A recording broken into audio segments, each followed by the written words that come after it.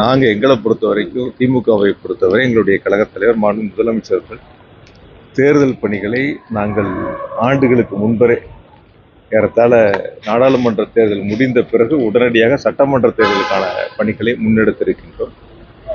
பொதுவாக இளைஞரணி நிர்வாகிகள் சந்திப்பு, வெல்லும் தமிழ் பெண்கள், மகளிர் அணி மாநாடு, BLA 2 BLC பூத்து கமிட்டியினுடைய மாநாடுகள் எல்லாம் தொடர்ச்சியாக மாண்பு முதலமைச்சர்கள் இறுதியாக திருச்சியில் மாநில அளவிலான 10 லட்சம் பேர் கூடிய மாநாடுகள் எல்லாம் தொடர்ச்சியாக தேர்தல் பணியில் மிக வேகமாக நாங்கள் சென்று கொண்டிருக்கின்றோம். ஆனால் மற்றவங்களை பற்றி மற்றவங்களுடைய கருத்துக்களை பற்றி நாங்கள் ஆலோசிக்க வேண்டிய சிந்திக்க வேண்டிய அவசியம் எங்களுக்கு இல்லை.